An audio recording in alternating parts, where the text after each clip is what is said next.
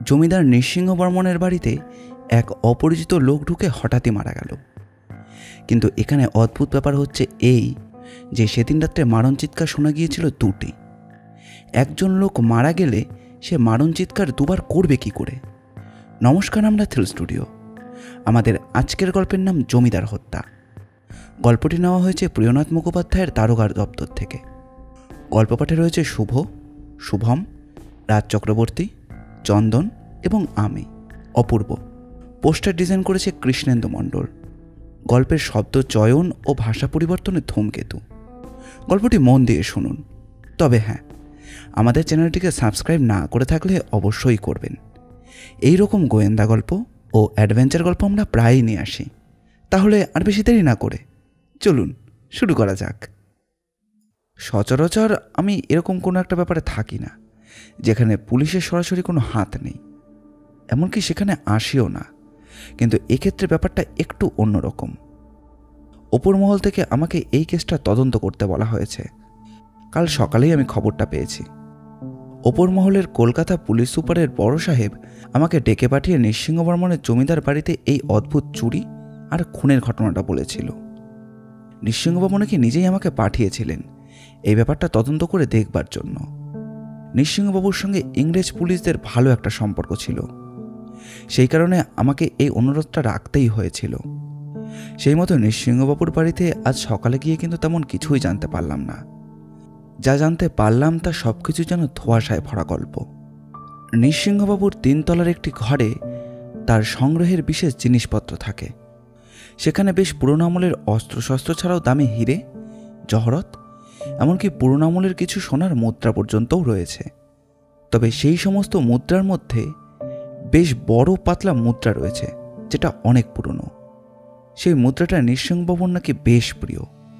তবে সেই মুদ্রার পেছনে আরও একটা গল্প ছিল যেটা নৃসিংহবাবু এত অল্প সময় আমায় বলতে পারেননি।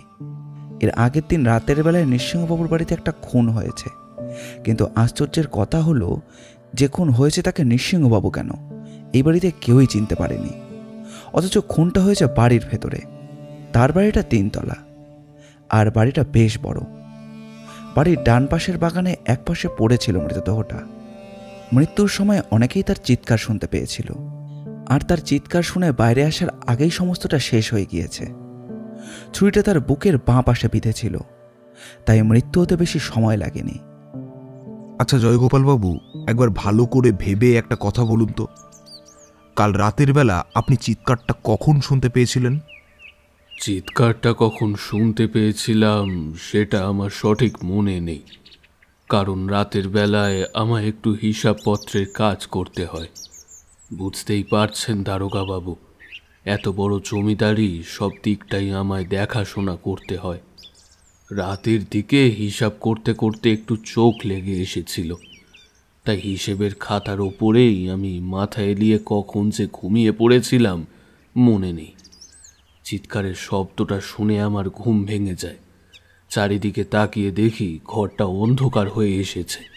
এদিকে তো হ্যারিকেনের আলো ছাড়া অন্য কোনো ব্যবস্থা নেই, তাই সেই অন্ধকারে যেতেই প্রথমে ব্যাপারটা ভালো করে শোনার চেষ্টা করলাম। সত্যিই কি কোনো চিৎকার শুনতে পেলাম নাকি আমার মনের ভুল?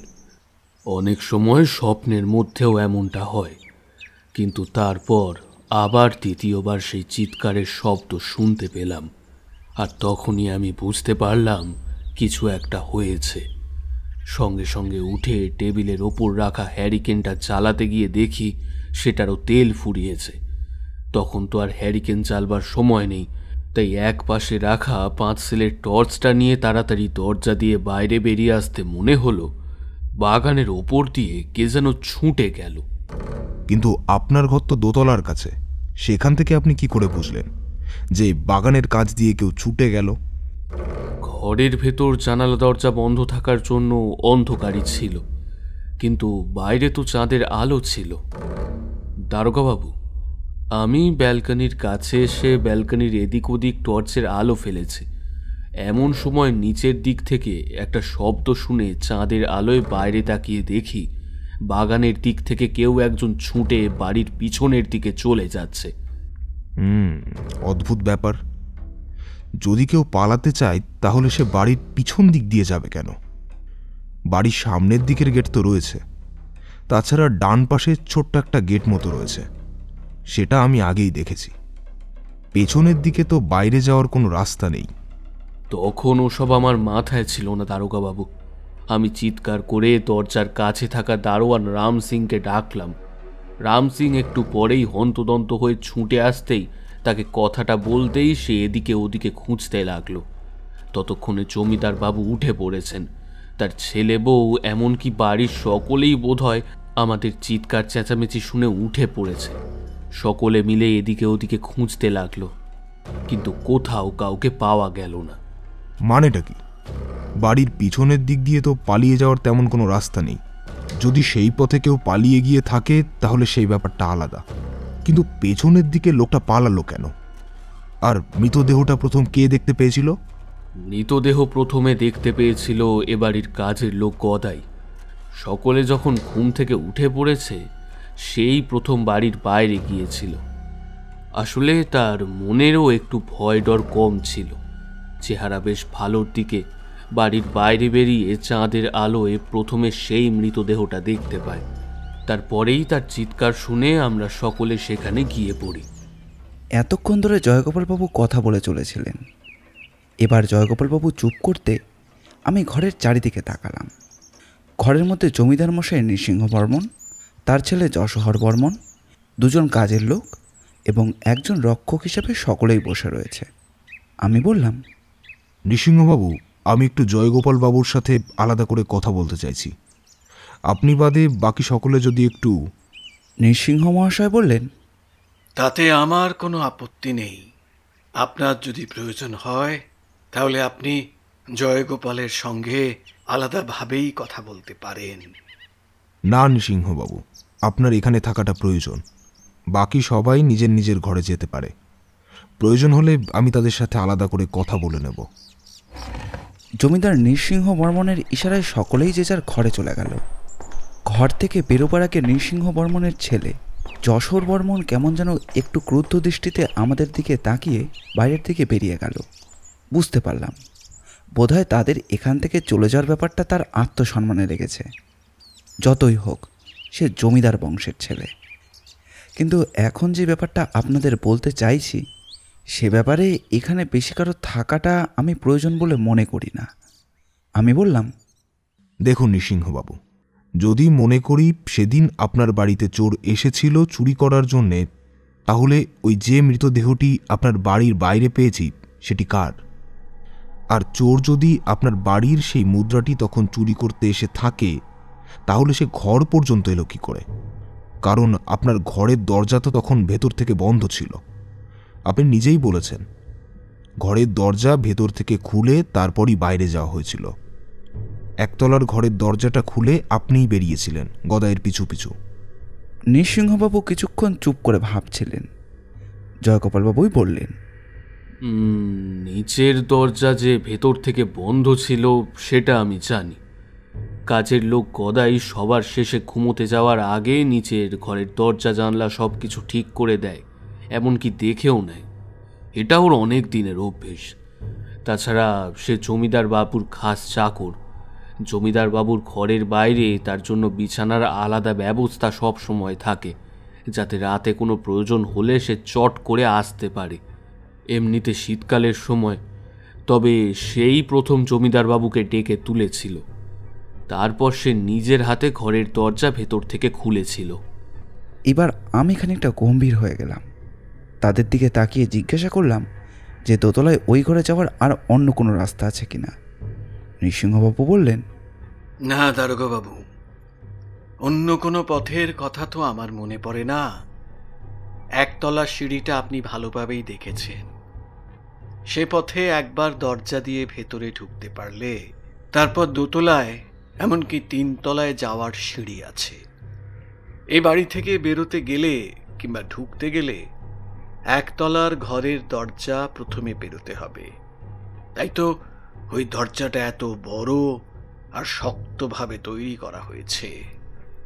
বুঝতেই পারছেন, জমিদারি পূর্তির দিকে হলেও আমাদের অর্থ সম্পদ এখনো যা আছে তাতে চোর ডাকাত পড়ার উপদেশটা থেকেই যায়। নৃসিংহবাবুর কথায় আমি যেন একটু চিন্তিত হয়ে পড়লাম। গোটা ব্যাপারটা এখন আমি ভালো করে বুঝে উঠতে পারছিলাম না।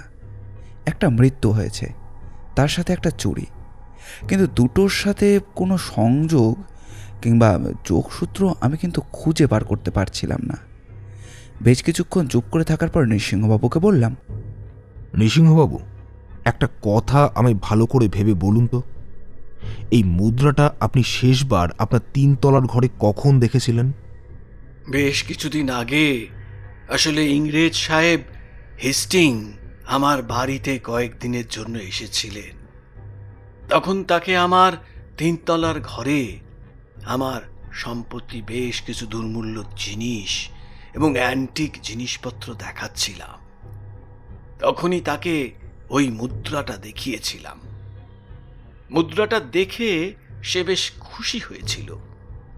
বিশ্বাস করুন, যদি ওই মুদ্রার সাথে আমাদের পরিবারের সৌভাগ্য এবং আমার সৌভাগ্য জড়িয়ে না থাকতো, তাহলে ওই মুদ্রাটা আমি এক কথায় হেস্টিংসকে উপহার দিয়ে দিতাম।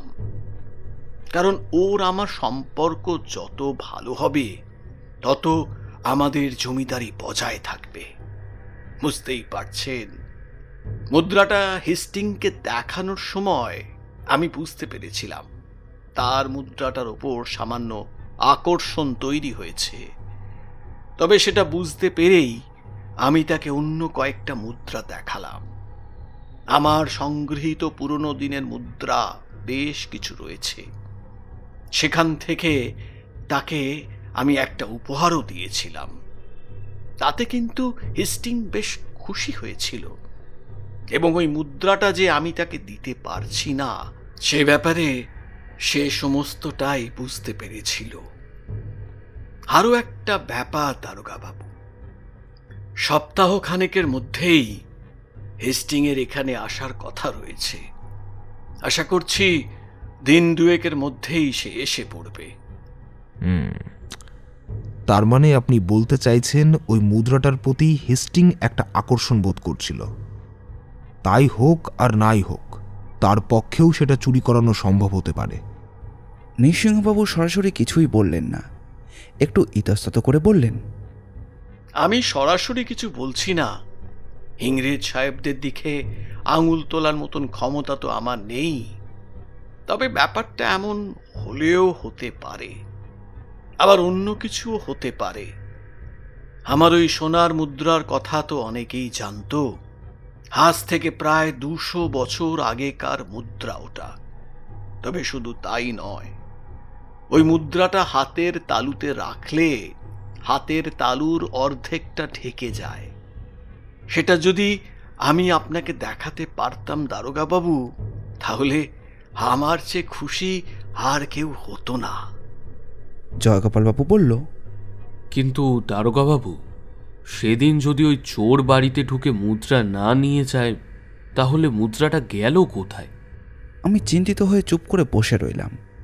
প্রথমে কিছুই বললাম না, কারণ কোনো কিছুই বুঝে উঠতে পারছিলাম না এখনো। একটু পরেই আমি বললাম, আমি 2 দিন সময় চেয়ে নিচ্ছি। 2 দিন আমি কলকাতায় ফিরে যেতে চাই। তারপর সেখান থেকে ফিরে আমি আবার এখানে আসব, বুঝলে? আর সাহেব হেস্টিংয়ের এখানে আসার কথা কবে হয়েছে? ওই 2 দিন পর। আজ তো শুক্রবার, শনিবার, রবিবার। হ্যাঁ, ওই রবিবার দুপুরে তার এখানে আসার কথা। আপনিও যদি তার আগেই আসেন, তাহলে তার সাথে একবার দেখা হয়ে যাবে।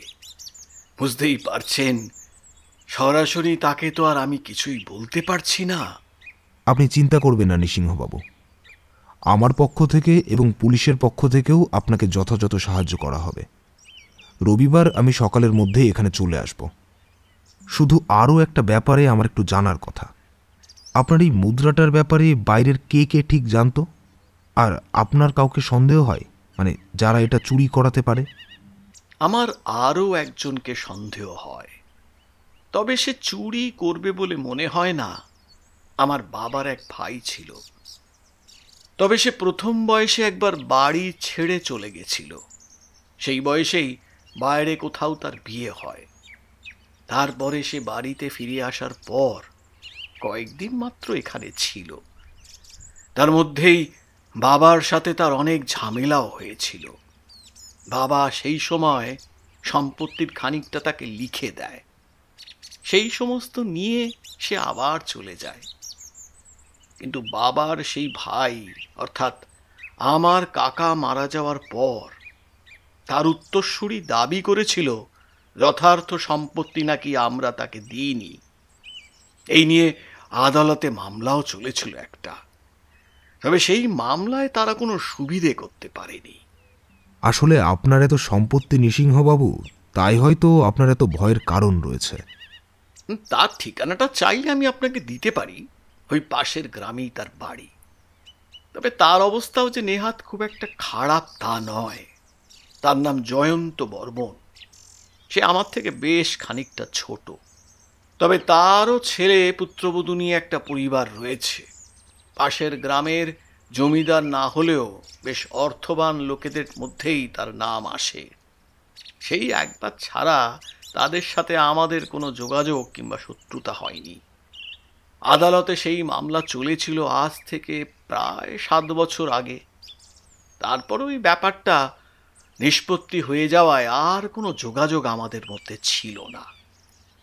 কিছু জমি জমা ওদের নামে করে দিতে হয়েছিল বটে, তবে সেখানেই সব মিটে গেছে। তার মানে আপনি বলতে চাইছেন আপনার ওই দুর্লভ মুদ্রা চুরি করাতে পারে সাহেব হেস্টিং বা আপনার দূর সম্পর্কের ভাই জয়ন্ত বর্মন। আচ্ছা, বুঝলাম। কিন্তু এই দুজন ছাড়া আর কারোর উপরে আপনার সন্দেহ হয়? আপনার বাড়িতে কাজের লোক মোটামুটি 3 জন, তাছাড়া দারোয়ান রয়েছে 2 জন, এছাড়া আপনার আশ্রিত রয়েছে 2 জন। এদের কাউকে আপনার সন্দেহ হয়? আশ্রিত যারা রয়েছে তারাও আমার রক্তের সম্পর্কের। আসলে যে মহিলাকে আপনি দেখেছেন সে আমার নিজের বোন। তার স্বামীর মৃত্যুর পর তাকে আমি আমার কাছে এনে রেখেছি। ছেলেটি আমার নিজের ভাগ্নে। জমি জমার ব্যবসার বেশ কিছু কাগজপত্র সে নিজেও দেখে এখন। তাদের থেকে কোনো শত্রুতা আমি আশা করি না। কাজের লোকেরাও সব বেশ পুরনো, এমনকি গদাই আমার খাস চাকর। বাড়ির কাউকে তো এ ব্যাপারে আমি সন্দেহ করতে পারি না। আচ্ছা, আপনার ছেলে কি আপনার ব্যবসায় দেখে, নাকি তার নিজের কোনো আলাদা ব্যবসা রয়েছে? তার নিজের আলাদা ব্যবসা রয়েছে দারোগা বাবু, তবে সে বোধহয় ভালো করেই ব্যবসা করে। সেসব নিয়ে আমি খুব বেশি একটা বুঝিও না। এই বছর 2 হলো শুরু করেছে। গৌরহরি যে আমার হিসেবপত্র কিছুটা দেখে, সে ব্যবসার কাজে মাঝে মাঝে ছেলের সাথেও থাকে। তবে সত্যি বলতে নিজের মতন যখন কিছু একটা করতে চাইছে তাহলে করুক না। টাকা সম্পত্তি বাড়ালে তো ক্ষতি নেই। আমি এবার নৃসিংহবাবুকে ভালো করে লক্ষ্য করলাম। তার মাথার লম্বাটে চুল ঘাড় পর্যন্ত এসে নেমে রয়েছে। চোখের ওপর ভারী গোছের চশমা, চেয়ারের একপাশে সোনায় বাঁধানো একটি লাঠি, গলায় মোটা সোনার চেন ঝুলছে এবং হাতের 10টা আঙুলের মধ্যে 10টা আঙুলেই আংটি পরা রয়েছে। চেহারা বেশ ফর্সার দিকে, নাকের ওপর মোটা গোঁফ এবং গোলগাল সুন্দর করে কামানো। বয়স 50-এর বেশি হলেও এখনও সুস্বাস্থ্য ধরে রেখেছেন তিনি। মুখে সবসময় লেগে রয়েছে একটু চটুল হাসি। এই ধরনের মানুষ যে মুখে কি বলছেন আর কি ভাবছেন তা কিন্তু সহজে ধরা যায় না। ভয় পেয়েছিল জয়গোপাল, কারণ চিৎকারটা প্রথমে সেই শুনতে পেয়েছিল।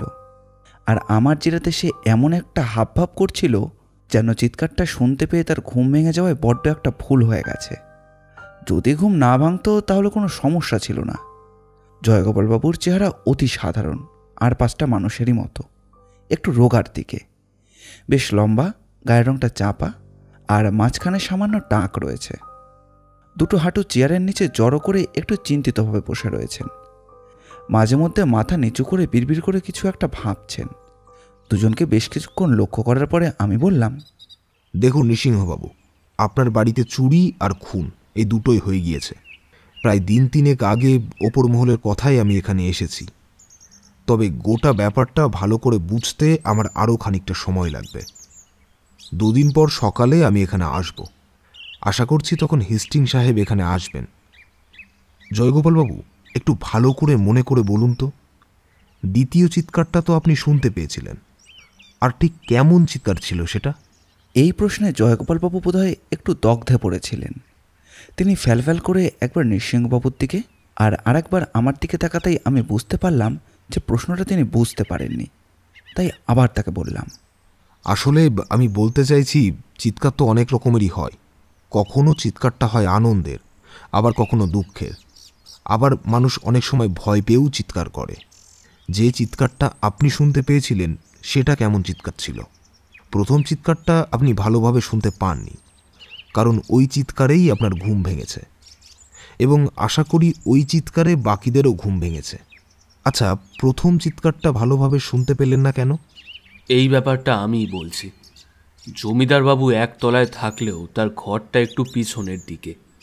আপনি সিঁড়ি দিয়ে উঠে গেলে বেশ খানিকটা জায়গা ফাঁকা পাবেন।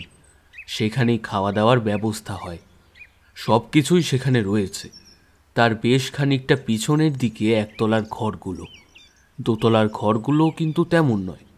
দোতলার ঘরগুলো ব্যালকনি থেকে সামান্য দূরে, অর্থাৎ বাইরে থেকে কোনো চিৎকার হলে সেটা ওপরের দোতলা বা তিনতলার ঘর এবং একতলার মধ্যে একটু কম শোনা যাবে। আমি আর বসলাম না, উঠে পড়লাম। খুন আর চুরি নিয়ে একটা রিপোর্ট তৈরি করে নিয়েছিলাম, সেটা নিয়েই বেরিয়ে পড়লাম। ওদেরকে আশ্বস্ত করে গেলাম যে 2 দিনের মধ্যেই এখানে চলে আসব। বাইরে এসে দারোয়ান রাম সিংকে বললাম, রাম সিং, সেদিন রাত্রে তুমি ঠিক কী দেখতে পেয়েছিলে বা শুনতে পেয়েছিলে বলো তো? রাম সিং প্রথমে একটু মাথা চুলকালো, তারপর গাল চুলকে নিয়ে সে বলল, সব আমি কিছু জানি না, আমি কিছু দেখিনি। তুমি কিছু জানো না সেটা আমিও জানি, কিন্তু সেদিন দুজনে এই বাড়িতে ঢুকলো কি করে? তুমি কোথায় ছিলে আর করছিলে এইটা কি? সব আমি তো অনেক রাত পর্যন্ত গেটের পাশে ওই ঘরের কাছে বসেছিলাম। তারপর খুব যে নিন্দ এসে গেল, আমি ঘুমিয়ে পড়লাম। বাহ, খুব ভালো। নিন্দ এসে গেল আর তুমি ঘুমিয়ে পড়লে? সত্যি করে বলো, ওই চোরেদের সাথে তোমার কোনো যোগ সাজস নেই তো? এই কথার পরিবর্তে যেটা ঘটল তাতে আমি বেশ বুঝতে পারলাম। রাম সিংয়ের চেহারা এবং দাড়িগোফের জঙ্গল আর মুখটা অত বড় হতে পারে, কিন্তু সে বড্ড ভীতু। রাম সিং সোজা আমার পায়ের কাছে হুমড়ি খেয়ে পড়ে এবং একরকম কাঁদতে কাঁদতেই বলে, ভগবানের নামে শপথ করে বলছি, সব আমি কিছু জানি না। আমি ঘুমিয়ে পড়েছিলাম। চিৎকার চেঁচামেচি শুনে ঘুম ভেঙে তাড়াতাড়ি হাতের লাঠিটা নিয়ে বাইরে বেরিয়ে আসতে দেখলাম কি একজন ওই পিছনের দিকে দৌড়ে যাচ্ছে। আমি তাড়াতাড়ি তার দিকে এগিয়ে যাচ্ছি, তার আগেই দেখলাম ঘর থেকে সবাই বেরিয়ে আসছে, আর একটা লোক ওইখানটায় পুরো ছটপট করছে। তারপর তো পিছনের দিকে তাকিয়ে দেখলাম ওই লোকটা আর নেই। চাঁদের আলোয় চারিদিকে সব ভালোভাবে দেখা যাচ্ছে, অথচ পেছনের দিকে দৌড়ে গিয়েও তাকে আর দেখতে পেলাম না। 1 মিনিট, তুমি কাউকে দৌড়ে পেছনের দিকে যেতে দেখেছিলে, কিন্তু তারপর সে গেল কোথায়? তা তো ঠিক জানি না, চোখের সামনে কোথায় যেন হারিয়ে গেল। ততক্ষণও তো এই লোকটাকে নিয়ে চেঁচামেচি শুরু হয়ে গেছে। আমি সেখানে দৌড়ে গিয়ে দেখলাম কি তার বুকের কাছটা একটা ছুরি বিঁধে আছে। সেটা দেখেই তো আমার জান হাতে চলে এলো। খুন হয়ে গেছে একটা, আমার চাকরি চলে যাবে তাই সাব। অকারণে এসব কথা বলছো কেন? একটা মানুষ মরে গেল আর তুমি চাকরি নিয়ে ভাবছো? ও মানুষটা মরে গেল তাতে আমি কি করব দারোগাবাবু? আমার ছোট ভাইটা যখন না খেতে পেয়ে মরে গেল, গলায় ফাঁস দিয়ে আত্মহত্যা করলো, তখন তাকে কে দেখেছেন বলুন তো? আমি তো আমার চাকরিটা দেখবো তাই না? কিন্তু সাব আমি সত্যি বলছি, ওসব ব্যাপারে আমি কিছুই জানি না সাব, আমি কিচ্ছু জানি না। রাম সিংয়ের কথার উত্তরে তাকে আর আমি কিছুই বললাম না। সেদিনের মতো নৃসিংহ বর্মনের বাড়ি থেকে ফিরে এলাম কলকাতায়। একমাত্র দারোয়ান কাউকে বাড়ির পেছনের দিকে ছুটে যেতে দেখেছিল। জয়গোপালবাবুও দেখেছিল কাউকে বাগানের দিকে দৌড়তে। কিন্তু সমস্যাটা ওখানে, কেউ যদি খুন করে তাহলে সে সামনের দরজা দিয়ে পালাবার চেষ্টা করবে, পেছনের উঁচু পাঁচিল দিয়ে সে পালিয়ে গেল কি করে? গোটা ব্যাপারটার একটা রিপোর্ট তৈরি করে নিয়ে আমি কলকাতায় ফিরে এলাম, কারণ কলকাতায় আমার অন্য একটা কাজ ছিল। তবে ঠিক করে রেখেছিলাম রবিবার যত সকালই হোক না কেন নৃসিংহ বর্মন জমিদার বাড়িতে গিয়ে আমাকে পৌঁছতেই হবে। কলকাতা থেকে তার বাড়ি খুব একটা দূরে নয়, এবং আরও একটা বিশেষ কারণে আমাকে আসতে হয়েছিল। কারণ কলকাতা পুলিশ অফিসারের বড়বাবু আমাকে জানিয়েছিলেন নৃসিংহ বর্মন লোকটা খুব একটা সুবিধের নয়, তবে তিনি বেশ সাহায্য করেন ইংরেজদের। শুধু তাই নয়, প্রয়োজনে তিনি অর্থ এবং লোকবল দিয়েও সাহায্য করেছেন ব্রিটিশদের। বর্তমান সময়ে যেভাবে ভারতবর্ষের বুকে স্বাধীনতা সংগ্রামীদের দল মাথাচাড়া দিয়ে উঠেছে, তাতে নৃসিংহবর্মন যে কীভাবে ইংরেজদের সাহায্য করেছে তার একটা ছোট উদাহরণ আমাকে বড় সাহেব দিয়েছিলেন। তবে সব বিস্তারিত ঘটনায় আমি যেতে চাইছি না। কলকাতায় ফিরে এসে বড় সাহেবের সঙ্গে দেখা করলাম। আমি বললাম, স্যার, আপনি আমায় নৃসিংহবর্মনের বাড়িতে খুন আর চুরির ব্যাপারটা তদন্ত করতে বলেছিলেন। আমি সেখানে গিয়ে একটা রিপোর্ট তৈরি করেছি। তবে আমার মনে হচ্ছে এই সমস্ত কিছুর ভেতরে নৃসিংহবর্মনের পারিবারিক কোনো সম্পত্তির অধিকারের ব্যাপার রয়েছে। নৃসিংহবর্মনের ভাই জয়ন্ত বর্মন পাশের গ্রামের বেশ অর্থবান লোক। এই সমস্ত কিছুর মধ্যে তাঁরও হাত থাকতে পারে। বড় সাহেব বলল, আমি তোমাকে সেই কারণেই ওখানে পাঠিয়েছি। ওটা ব্যাপারটা থেকে বোঝার চেষ্টা করো। নৃসিংহের যে মুদ্রাটা চুরি গেছে সেটা তোমাকেই বার করে দিতে হবে। সেটা যদি তুমি খুঁজে দিতে পারো তাহলে নৃসিংহবর্মনের আমাদের উপর আরও বেশি ভরসা থাকবে। তার জমিদারি রয়েছে অনেক। তাছাড়া ওই এলাকায় মাঝে মধ্যেই বিদ্রোহ হয়। সেটা আটকানোর জন্য আমাদের নৃসিংহবর্মনের সাহায্যের প্রয়োজন। বুঝতেই পারছো কেন আমি সামান্য ব্যাপারটায় এতটা জোর দিচ্ছি। ব্যাপারটা কিন্তু একদম সামান্য বলে আমার মনে হচ্ছে না। গোটা ব্যাপারটাই বড়ই অদ্ভুত।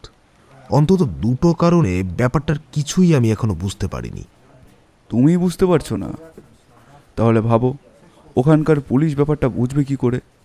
কিন্তু কোন দুটো ব্যাপার তোমাকে ভাবাচ্ছে? আমি বেশ কিছুক্ষণ চুপ করে বসে রইলাম। তারপর আমার তৈরি করা রিপোর্টটা খুলে দেখে নিয়ে বললাম, একটা ব্যাপার মনের মধ্যে খটকা তৈরি করেছে।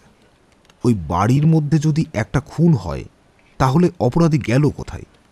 পেছনের দিকের পাঁচিলটা বেশ উঁচু, সেখান থেকে কোনো দড়ি দিয়ে অপর প্রান্তে যাওয়া যেতেই পারে, কিন্তু তার জন্য বেশ খানিকটা সময় প্রয়োজন। কারণ 3 তলায় বড় জমিদার বাড়িটা ওই পাঁচিলের চৌহদ্দির প্রায় মাঝখানে অবস্থিত। সেখান থেকে পেছনের দিকে পাঁচিলের কাছে দৌড়ে যাওয়া এবং সেখান থেকে দড়ি ধরে পাঁচিলের ওপাশে ওভাবে চলে যেতে বেশ খানিকটা সময় লাগবে। রামসিংকে যতটা দেখেছি সে খানিকটা ভীতু লোক হলেও বেশ বলবান লোক। এতটা দূর থেকে কেউ দৌড়ে সামনে দিয়ে যাচ্ছে দেখলে সে নিশ্চয়ই তার পেছনে যেত। সে সেদিকে গেল না কেন? আরেকটা প্রশ্ন হলো, নৃসিংহবাবুর বাড়ি থেকে যদি তার ওই দামি মুদ্রাটা চুরি যায় তাহলে তার জন্য তো চোরকে ঘরের ভেতরে ঢুকতে হবে। সে ঘরে ঢুকেছিল কোন পথে? তাহলে কি ওই বাড়িতে কোনো গুপ্তপথ রয়েছে? দেখো প্রিয়নাথ, আমি নৃসিংহের বাড়িতে একবারই গিয়েছিলাম। তার বাড়িটা বেশ পুরনো। বুঝতেই পারছো, আমায় আমার দিকটা বজায় রাখার জন্য তার কাছে একবার যেতেই হয়েছিল। সে বেশ কিছুটা উপঢৌকন দিয়েছিল আমায়, এমনকি ব্যবসার সমস্ত কাজে আমাদের সাহায্য করবে বলেও বলেছিল। তার জন্য তার সমস্ত ব্যবসার কাজে আমাদের তরফ থেকে সম্পূর্ণ সুরক্ষা দেওয়ার কথাও আমি বলে এসেছি। তখনই আমি তার বাড়িটা একবার দেখেছিলাম। বাড়িটা কিন্তু বেশ পুরনো। সেখানে গুপ্ত পথ থাকলেও থাকতে পারে, কিন্তু খুনের ব্যাপারটা তো আমি কিছুই জানি না, আর আমার ঠিকভাবে বোধগম্যও হচ্ছে না। পুলিশ তদন্ত করে কি বলছে বড় সাহেব? পুলিশ যা বলছে তা খুব একটা বিশ্বাস করার মতো নয়। ওই লোকটা যে কেবল জমিদার বাড়িরই কেউ নয় সেটাও নয়।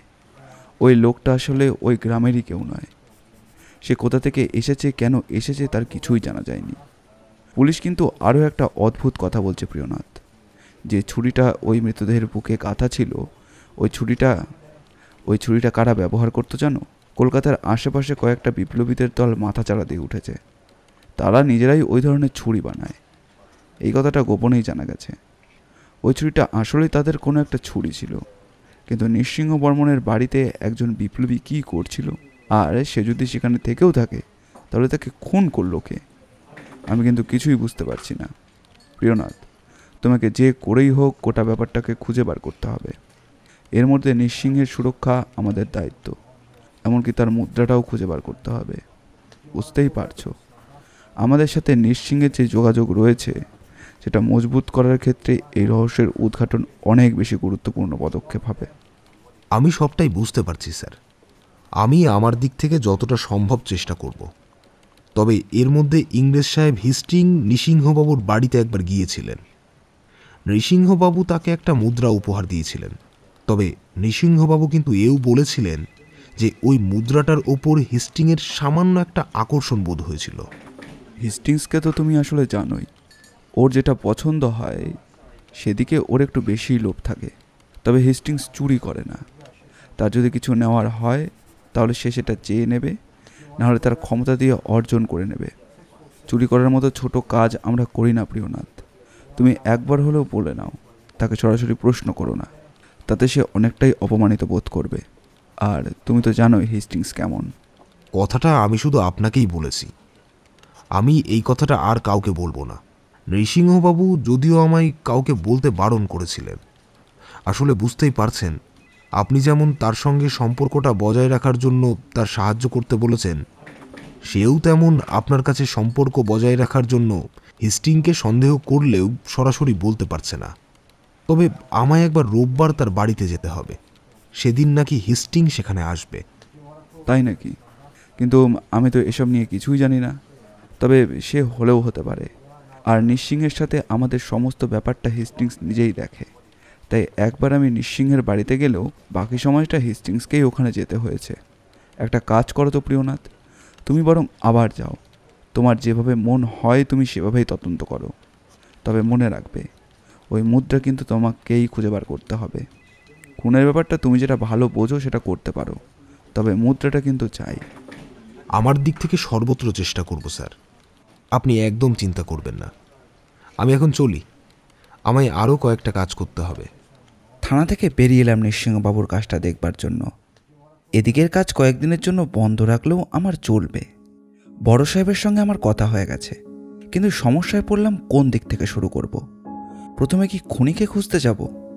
কিন্তু খুন হয়েছে একজন বাইরের লোক, তাকে কেউ চেনে না। সে যদি বিপ্লবী দলের কেউ হয় তাহলে তার সাথে মুদ্রার কি কোনো সম্পর্ক রয়েছে? তাহলে কি মুদ্রার ব্যাপারে জানতে পেরে তবে সে চুরি করতে এসেছিল? এমনটা তো এদিকে মাঝে মধ্যেই শোনা যায়। গ্রামের দিকে জমিদার কিংবা অর্থবান মানুষের বাড়িতে মাঝে মধ্যে ডাকাতের দল আক্রমণ করেছে। তবে সেই সব ডাকাতদের মধ্যে যে বেশিরভাগ সময় বিপ্লবী দল থাকে তাদের সেটা বলে দিতে হয় না। সেদিক থেকে দেখতে গেলে ব্যাপারটা একটু অন্যরকম হয়ে পড়বে। আর তাই যদি হয় তাহলে একজন বিপ্লবী নৃসিংহবাবুর বাড়ির বাগানে ঘুরতে যাবে কেন? আর তার থেকেও বড় প্রশ্ন, ওই খুনিটা পালিয়েই বা গেল কোন পথে? বারবার মনে করার চেষ্টা করতে লাগলাম। নৃসিংহবাবুর বাড়িতে তার ছেলে রয়েছে, তাছাড়া রয়েছে জয়গোপালবাবু, গৌরহরিবাবু, আর রয়েছে আরও একটি ছেলে যাকে সে তার ভাগ্নে বলে পরিচয় দিয়েছে। জয়গোপালবাবু এবং রাম সিং দুজনেই পেছনের দিকে যাকে পালাতে দেখেছিল সে একজন পুরুষ। অর্থাৎ এক্ষেত্রে তাহলে নৃসিংহবাবুর বাড়িতে থাকা দুজন মহিলাকে বাদ দেওয়া যায়। বাকি রইল কাজের লোক দুজন আর নৃসিংহবাবুর খাস চাকর গদাই। কিন্তু এদের মধ্যে আবার সমস্যা একটাই, তারা সকলেই একই সময় ঘরের বাইরে এসেছিল। একতলার দরজা খুলে যখন গদাই আর নৃসিংহবাবু বাইরে আসে তখন তার পেছন পেছন যশোরবাবু, এমনকি দুজন কাজের লোক জয়গোপালবাবুও বেরিয়ে আসে। তাদের পেছনে বেরিয়ে এসেছিল নৃসিংহবাবুর বিধবা বোন এবং তার ছেলে। এত কিছু ভাবনা ভাবতে ভাবতে আমি বাড়ির দিকে ফিরে এলাম। পরের দিন নৃসিংহবাবু ও তার জমিদার বাড়ির ব্যাপারে কিছু খোঁজ খবর নিতে হলো আমাকে। আর সেই খোঁজ খবর নিতে গিয়ে এমন সমস্ত খবর বেরিয়ে এলো যেগুলো বাইরের লোককে বলার মতো নয়। নেহাত আমি পুলিশে রয়েছি বলেই এই সমস্ত খবর আমি জানতে পেরেছিলাম, তা না হলে এগুলো জানার কথা না। রবিবার সকালে আমি আবার গিয়ে পৌঁছলাম নৃসিংহবাবুর বাড়িতে। বড় সাহেব বলেছিলেন প্রয়োজন হলে একজনকে সঙ্গে করে নিয়ে যেতে পারি, কিন্তু আমি ইচ্ছে করেই কাউকে নিয়ে যাইনি, কারণ বুঝতে পারছিলাম না যে এই তদন্তটা ঠিক কিভাবে চলবে। তাছাড়া আজ হেস্টিং সাহেবের আসার কথা ছিল, তাই আমি একাই গেলাম। বাড়িতে যেতেই কিন্তু প্রথমে দেখা হলো রাম সিংয়ের সাথে। সে আমাকে দেখে সামান্য হেসেছিল, তারপর আমাকে দেখে বলল, সব শুনেছেন নিশ্চয়ই, বড়বাবুর ঘর থেকে আরও একটা সোনার মূর্তি নাকি চুরি হয়ে গিয়েছে। আগে ব্যাপারটা বোঝা যায়নি, কাল দেখা গেছে যে মূর্তিটাও কোথাও নেই। চোর যখন এসেছিল মুদ্রার সাথে নিশ্চয়ই ওটাও নিয়ে গেছে। কথাটা শুনে আমি ভারী অবাক হলাম। ভেতরে ঢুকে রাম সিংকে আর কিছুই বললাম না, সোজা ভেতরে চলে যেতে দেখা হয়ে গেল জয়গোপালবাবুর সাথে। তিনি এগিয়ে এসে বললেন, হেস্টিং সাহেব খবর পাঠিয়েছেন, তিনি আজ আসতে পারবেন না, কাল আসবেন। আর জমিদার মশাই বলেছেন আপনি আসলে আপনাকে আপনার ঘরে থাকতে দিতে। জমিদার মশাই একটু বেরিয়েছেন। এত সকালে জমিদারবাবু কোথায় বেরিয়েছিলেন? কোথায় বেরিয়েছেন সেটা তো আমি ভালোভাবে জানি না, তবে যাওয়ার সময় বলে গিয়েছেন তার ফিরতে বেশ খানিকটা সময় লাগবে। আচ্ছা জয়গোপালবাবু, সেদিন আপনাকে একটা প্রশ্ন করা হয়নি। আপনি আর গৌরহরিবাবু ছাড়া এই নৃসিংহবাবুর জমিদারি, তার সমস্ত সম্পত্তি এবং সমস্ত কিছুর ব্যাপারে আর কে কে ভালোভাবে জানে? সমস্ত হিসাবপত্র তো আমাকেই দেখতে হয়, তাছাড়া গৌরহরিও কিছুটা দেখে। ওকে তো আমি এখানে এনেছি, তবে এর বাইরে নৃসিংহবাবু কিংবা যশোরবাবুও জানতো এই কথাটা, কিন্তু আর কারোর কথা তো আমি জানি না। আমার সন্দেহ যে লোকটা খুন হয়েছে সেই লোকটা বিপ্লবীদের দলের কেউ ছিল। এই বাড়ির কারোর সাথে বিপ্লবীদের কোনো সম্পর্ক আছে বলে আপনি জানেন? জয়গোপালবাবু একবার আমার দিকে তাকালো, তারপর আমায় বলল, চলুন আপনি ওপরের ঘরে চলুন, তেমন হলে আমার ঘরে বসে আমরা কথা বলি। আসলে বলা তো যায় না, আজকাল তো দেওয়ালেরও কান আছে। আপনার কি মনে হয় এই সমস্ত কিছুর মধ্যে এই বাড়ির কেউ জড়িয়ে থাকতে পারে? জমিদার বাবু তার বোন আর তার ছেলেকে এখানে আশ্রয় দিয়েছেন, তবে তাদের কিন্তু আমার খুব একটা সুবিধের বলে মনে হয় না। এই পরিবারের সমস্ত কিছু নিয়েই জমিদার বাবুর বোন কিন্তু বেশ চিন্তা ভাবনা করে, তবে জমিদার মশাইয়ের ভাগনার ব্যাপারটা আমিও ঠিক বুঝতে পারি না।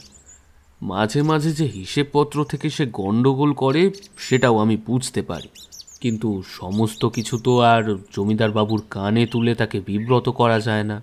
আচ্ছা, আমাকে সমস্ত ব্যাপারটা খুলে বলুন জয়গোপালবাবু। আমার মনে হয় আমায় আজকের দিনটা এখানেই থাকতে হবে। আমি আজকের মধ্যেই এই বাড়ির সকলের সাথেই একবার কথা বলতে চাই, তারপরে না হয় গোটা ব্যাপারটার একটা সমাধান বেরিয়ে আসবে। কথা বলতে না পারলে তো কিছুই জানা যাবে না। আর জয়গোপালবাবু, ভালো করে মনে করে দেখুন সেই চিৎকারটা কেমন ছিল, যে চিৎকারটা আপনি শুনতে পেয়েছিলেন। জয়গোপালবাবু বোধহয় আরও একবার মনে করার চেষ্টা করলো, কিন্তু কিছুই মনে করতে পারলো না বোধহয়। আমি বললাম, বেশি জোর দিয়ে ভাবতে হবে না। বেশি জোর দিয়ে ভাবতে গেলে সমস্যা হতে পারে। আসলে চিৎকারটা ঠিক কেমন ছিল সেটার উপর কিন্তু অনেক কিছুই নির্ভর করছে। আর একটা কথা আপনি হয়তো বলতে পারবেন না, তাও জিজ্ঞাসা করছি, চিৎকারটা যার গলায় শুনেছিলেন সেটা কি আপনার চেনা গলা না অচেনা গলা? দারোগা বাবু, আপনি বললেন তাই আমার মনে হলো যে চিৎকারটা আমি দ্বিতীয়বার শুনেছিলাম। আর হ্যাঁ, সেই চিৎকারটা আমার চেনা চেনা বলে মনে হয়েছিল, অথচ যে লোকটাকে বাইরে পড়ে থাকতে দেখেছি সত্যি আমি তাকে চিনি না। তাকে লোকই বা বলি কেন, তার বয়স তো অনেকটাই কম। আচ্ছা জয়গোপালবাবু, আপনাকে আমি একটা কাজ দেব, সেই কাজটা আপনি করতে পারবেন? জয়গোপালবাবু অবাক হয়ে আমার দিকে তাকিয়ে রইলেন বেশ কিছুক্ষণ, তারপর বললেন, নিশ্চয়ই পারবো, বলুন না। আর যদি কোনো কাজ করে অপরাধীকে খুঁজে বের করা যায় কিংবা মুদ্রাটি খুঁজে পাওয়া যায় তাহলে তো আমি সাহায্য করবই। নৃসিংহবাবু মুদ্রাটা ঠিক কোথা থেকে এনেছিলেন সেই কথাটা আপনি জানেন জয়গোপালবাবু? জয়গোপালবাবু মাথা নাড়িয়ে না বলে দিতেই বাইরে থেকে কার একটা পায়ের শব্দ শোনা গেল।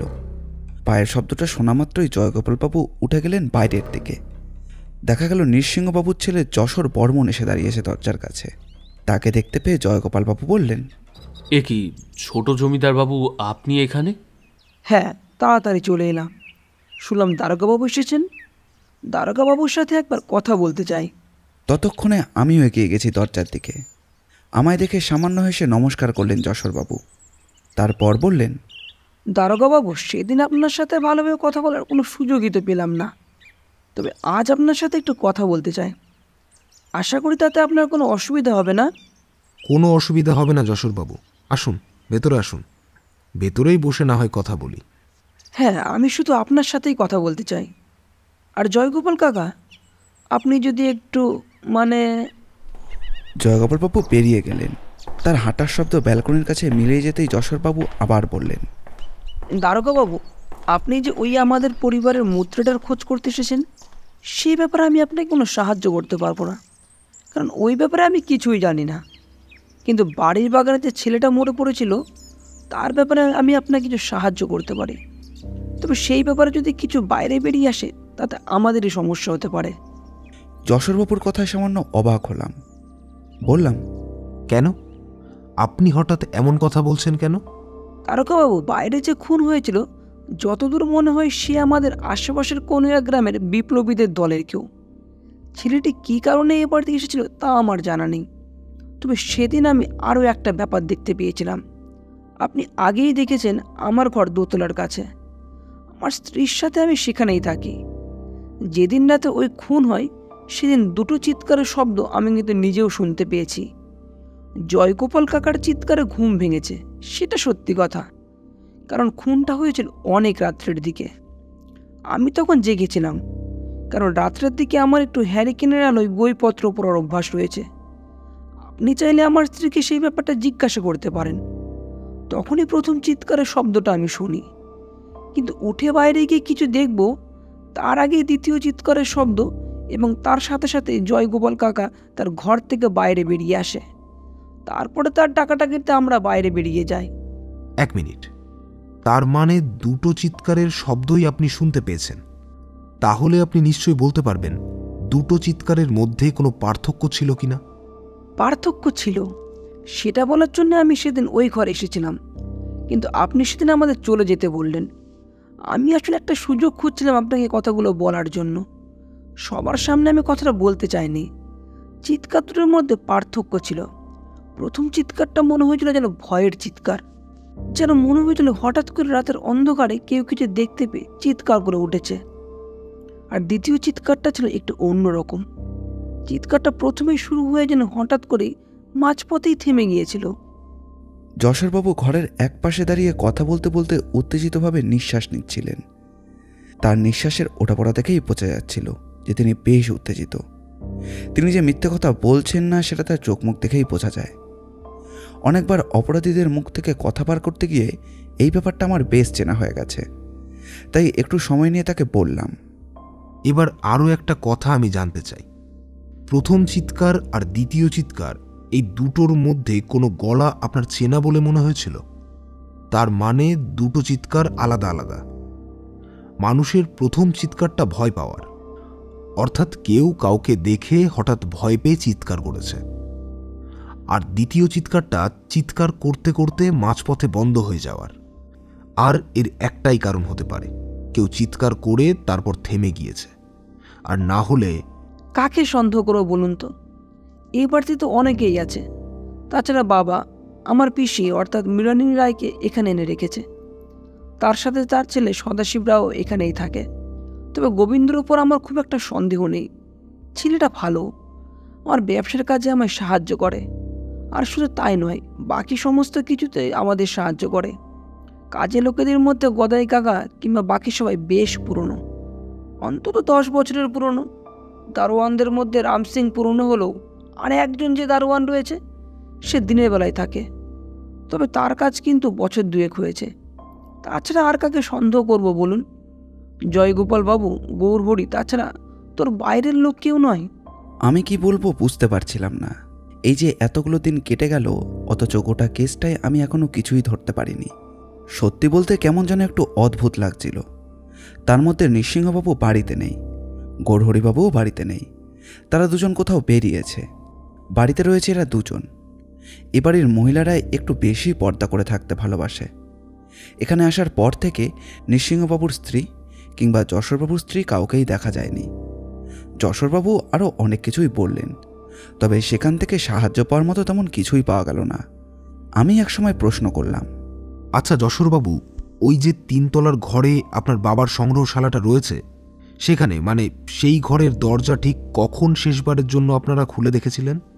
মানে ওখান থেকে যে মুদ্রাটা চুরি গেছে আর ওই যে সোনার মূর্তিটা চুরি হয়ে গেছে, সেগুলো আপনারা দেখেছেন দুটো ভিন্ন ভিন্ন সময়ে। এমনটা কেন? এই ব্যাপারে তো আপনাকে বাবাই ভালো বলতে পারবে। আমি সেই ব্যাপারে তেমন কিছুই বলতে পারবো না। তবে ওই ঘরটা খুব বেশি খোলা হয় না। বাবা একতলায় থাকেন, ওপরে বেশি যান না। বাইরে থেকে কেউ এলে তখন তাকে দেখানোর জন্য ওই ঘর খোলা হয়। শেষবার ওই ঘর যখন খোলা হয় তখন এসেছিলেন হিস্টিং সাহেব। তার আগেও একজন ইংরেজ সাহেব এসেছিলেন। যেদিন বাড়িতে ওই মৃত্যুটা হলো তারপরে সকালে বাবাই ঘর খুলেছেন। আর তখনই তিনি দেখতে পান যে মুদ্রাটা নেই। ওই ঘরে কি কোনো তালা ছিল না? চাবি দেওয়া থাকলে তো তালা খোলার জন্য চাবির প্রয়োজন হবে। ওই ঘরে যাওয়ার জন্য চাবি দুটো ছিল, একটা চাবি বাবার কাছে থাকতো আর একটা চাবি থাকতো বাবার পাশের ঘরে, যেখানে দিরাজের সমস্ত কাগজপত্র রাখা হতো সেই দিরাজে। ওই ঘরে মুদ্রাটা নেই সেটা দেখার পরেই দিরাজের চাবিটাও খুঁজে পাওয়া যাচ্ছিল না। তাহলে তো একটা ব্যাপার নিশ্চিত হওয়া গেল, চোর এই বাড়িরই কেউ, আর না হলে এই বাড়ির কারোর সাথে চোরের যোগাযোগ ছিল। এইখানকার দেরাজ থেকে চাবিটা খুঁজে বার করে সেদিন রাত্রে সে চোরকে ভেতরে আসতে সুযোগ করে দিয়েছিল। কথাটা বলতে বলতে হঠাৎ করে একটা সম্ভাবনার কথা আমার মাথায় দেখা দিল। আমি আর কিছুই বলতে পারলাম না। যশোরবাবুও বোধহয় কিছু একটা আন্দাজ করেছিলেন, তাই বললেন, দ্বারকাবাবু, মূর্তি যদি চুরি যায় তাতে কিন্তু আমাদের গোটা পরিবারের বিপদ, এমনটাই বাবা মনে করেন। আমি কিছু একটা বলতে যাব, ঠিক তার আগেই দরজায় ধাক্কা পড়ল। বাইরে থেকে জয়গোপালবাবু বললেন, দারোগাবাবু, ছোট জমিদার বাবু, বড় জমিদার বাবু এসেছেন। আপনি তো আজ এখানেই আছেন, রাতে না হয় আপনার সাথে আরও একবার কথাবার্তা হবে। এখন আপনি যান, বাবা কি বলে দেখুন। আর কাল হিস্টিং সাহেব আসলে আপনি কিন্তু এখানেই থাকবেন। বুঝতেই পারছেন আপনি পুলিশের লোক, তাছাড়া হিস্টিং সাহেবের সাথে আপনার আলাদা পরিচয় রয়েছে। আমরা তো আর সরাসরি তাকে মুদ্রার ব্যাপারে কিছু জিজ্ঞাসা করতে পারি না। জয়গোপালবাবুর সাথে গিয়ে পড়লাম নৃসিংহবাবুর ঘরে। নৃসিংহবাবু আমাকে দেখে সামান্য খুশি হয়ে বললেন, দারোগাবাবু, কিছু সুরাহা করতে পারলেন? একটা খুন হলো, আমার মুদ্রাও চুরি গেল, আবার এখন দেখছি একটা সোনার মূর্তিও চলে গেছে। যেদিন আপনার সোনার মুদ্রা চুরি গেছে সেদিন কি আপনার এই সোনার মূর্তিটা চুরি যায়নি? এখানেই তো সমস্যা। আমার মনে হয় সেদিন আমি ভালোভাবে ওপরটা দেখিনি। আসলে ওপরে গেলেই আপনি বুঝতে পারবেন, সেখানে অনেক জিনিসপত্র রয়েছে। এই জয়গোপাল, চলো তো একবার দারোগা বাবুকে নিয়ে ওপরের ঘরটা দেখিয়ে নিয়ে আসি। ততক্ষণে দুপুর শেষ হতে শুরু করেছে। আমরা তিনজনে গিয়ে ঢুকলাম ওপরের ঘরে। দেখতে পেলাম জয়গোপালবাবু তস্ত্র হাতে চাবি দিয়ে বাইরের দরজার তালা খুলে দিলেন। তিনতলার ঘরে আমরা ঢুকলাম। ঘরে ঢুকতে কিন্তু একটা ভ্যাপসা গন্ধ ভেসে এলো। জয়গোপালবাবু এগিয়ে গিয়ে তার জানলাটা খুলে দিতেই ঘরের ভেতর থেকে বিকেলের পড়ন্ত রোদ এসে পড়ল। আর তাতেই দেখতে পেলাম চারিদিকে ছড়িয়ে রয়েছে অসংখ্য মূর্তি। সোনার ওপর মূর্তি ছাড়াও রয়েছে পেতলের মূর্তিও। কম করে খান দশেক ছোট ছোট বাক্স এদিক ওদিক ছড়িয়ে রয়েছে। ওটা ঘরটাই যে একটা সংরক্ষণাগার সেটা দেখলেই বোঝা যায়। নৃসিংহবাবু সামান্য হাসলেন, বললেন, আপনি হয়তো ভাবছেন আমার কাছে তো এত কিছু রয়েছে, টাকা পয়সার অভাবও আমার তেমন নেই, জমি জমা অনেক আছে, তাহলে সামান্য একটা মুদ্রার পেছনে আমি এত উঠে পড়ে লেগেছি কেন? সেটাই আপনাকে বলি দারোগাবাবু, আসলে ওই মুদ্রা হলো আমাদের বংশের সৌভাগ্যের প্রতীক। সৌভাগ্যের প্রতীক মানে আপনি কি বলতে চাইছেন বলুন তো? আমার পূর্বপুরুষরা ছিল এখানকার বেশ বড় সড় জমিদার। তারা জমি জমা ছাড়াও এখানে ব্যবসাপত্র করে বেশ টাকা উপার্জন করেছে। তবে আমার ঠাকুরদার সময় থেকে সেই ব্যবসা পূর্তির দিকে আসতে শুরু করে। সেই সময় একজন সাধু আমার ঠাকুরদাকে ওই মুদ্রা দিয়েছিল। মুদ্রা দেওয়ার জন্য সে কিন্তু ঠাকুরদার কাছ থেকে একটা টাকাও নেয়নি, শুধু একবেলা আমাদের বাড়িতে খেতে চেয়েছিল। তবে সেটা ছাড়াও আমার ঠাকুরদার কাছ থেকে একটা কথা আদায় করে নিয়েছিল, যে সে যদি কখনো এই বাড়িতে ফিরে আসে তাহলে তাকে যেন খেতে দেওয়া হয়, তাকে যেন কেউ ফিরিয়ে না দেয়। ঠাকুরদার ব্যবসা তখন পূর্তির দিকে। সে সময় একজন এসে তাকে সামান্য আশা দিল। ঠাকুরদার সমস্ত সাধু সন্তকে বেশ ভক্তি করত, তাই তার কথা ফেলতে পারল না। একবেলা খাওয়ানোর মতো সামর্থ্য তার রয়েছে।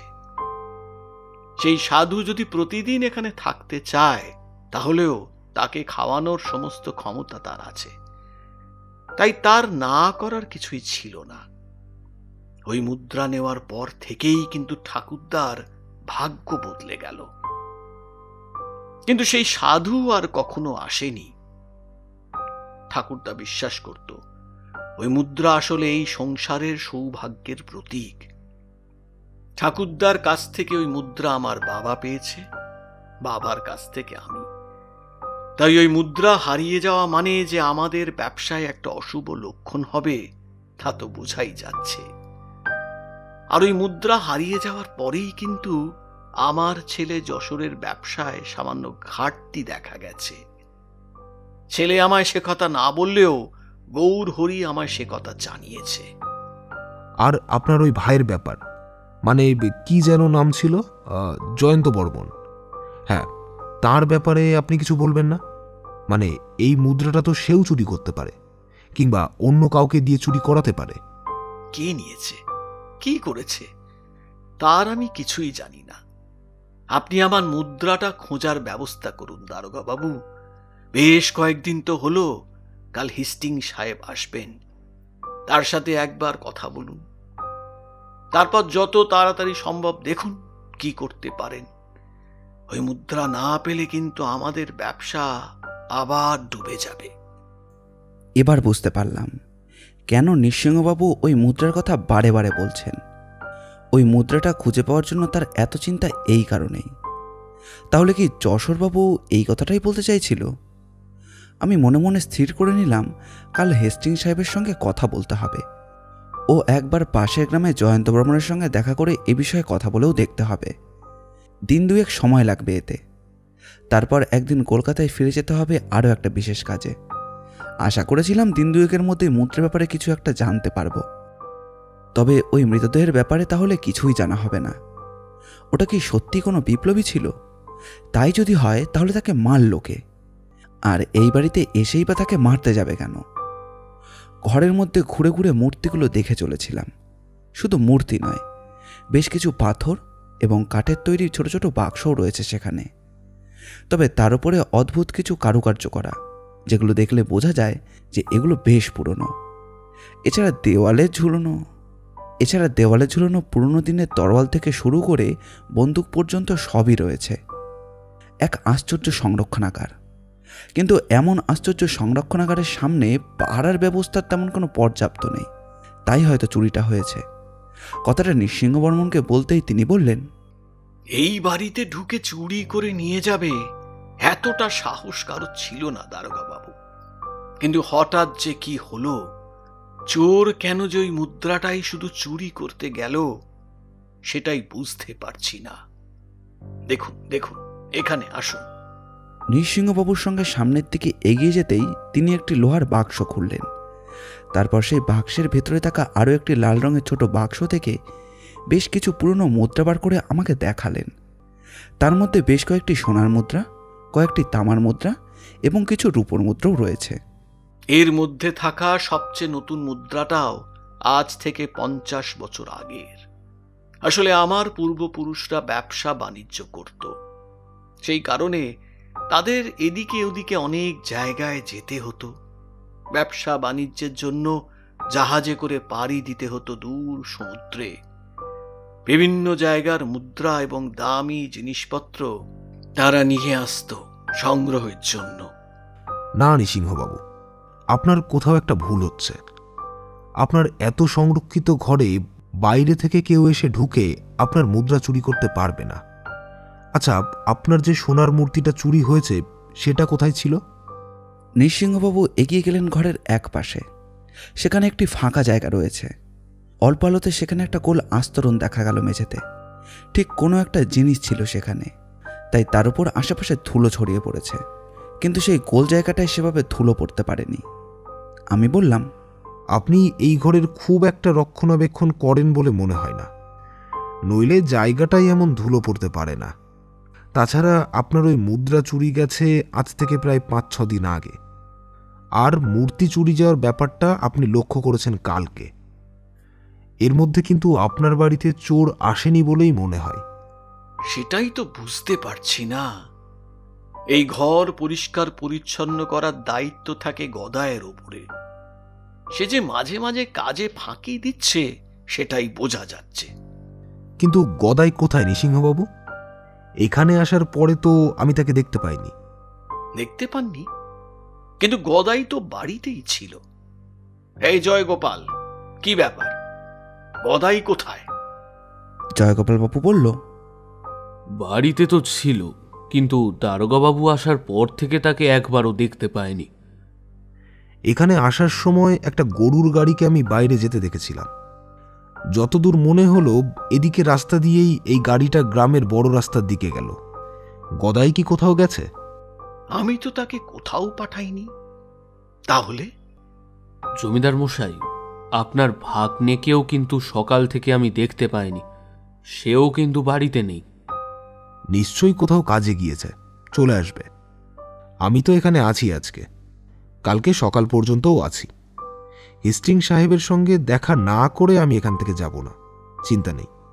আপনি বরং বিশ্রাম করুন নৃসিংহবাবু। কথাটা বলেই আমি বেরিয়ে এলাম। সন্ধে নামতে শুরু করবে একটু পরে। বাড়ির বাইরে বেরোতেই রামসিংয়ের সঙ্গে দেখা হতেই রামসিংকে চুপি চুপি কয়েকটা কথা বলে রাখলাম। রামসিং সেই সমস্ত কথা শুনে অবাক হয়ে আমার দিকে তাকিয়ে বলল, সাব এসব আপনি কি বলছেন? এই বাড়িতে রামসিং, চুপ করে মুখ বুজে থাকবে। যখন তোমাকে কথা বলতে বলবো তখনই বলবে, তার আগে কোনো কথা বলবে না, ঠিক আছে? রামসিং সেলাম করল। তারপর দুপাটি হলদে হয়ে আসা দাঁত হি হি করে বলল, আপনি যা বলবেন সাব, আপনার কথার বাইরে তো আমি কিছু বলতে পারবো না।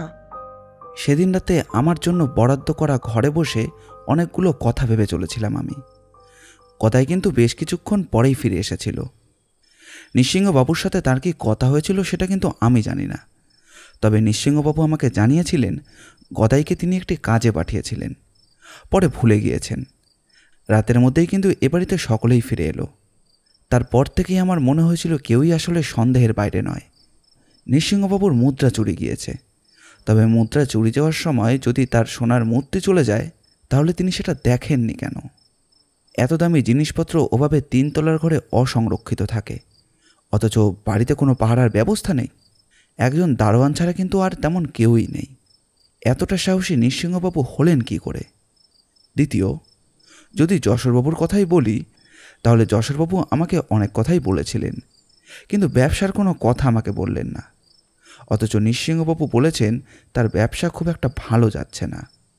নৃসিংহবাবুর ভাগ্নের সাথে আমার মুখোমুখি এর মধ্যে দেখাই হয়নি। তাছাড়া গদাইয়ের সাথেও টুকরো টাকরা 2-1টা কথা ছাড়া আর তেমন কোনো কথা হয়নি এর মধ্যে। তবে তাদেরকেও সন্দেহের তালিকা থেকে বাদ রাখা যাচ্ছে না। বাকি 2জন কাজের লোকের সাথেও আমার দেখা হয়েছে বটে, কিন্তু কথা বলা হয়ে ওঠেনি। তবে এই বাড়ির মহিলাদের সঙ্গে কোনো কথা বলার সুযোগই পাওয়া যায়নি এর মধ্যে। সেদিন রাতের বেলা খাওয়া দাওয়া সেরে নিজের ঘরে বসে আলো নিভিয়ে বসে রয়েছি। কি মনে হতে জানলার কাছে গিয়ে দাঁড়ালাম বেশ কিছুক্ষণ। বারবার সেই মুদ্রার কথা ও মৃতদেহটার কথা ভেবে চলেছি। এমন সময় দেখতে পেলাম একতলার ঘরের বাঁ দিক দিয়ে কে যেন একটা পেছন দিকে এগিয়ে যাচ্ছে।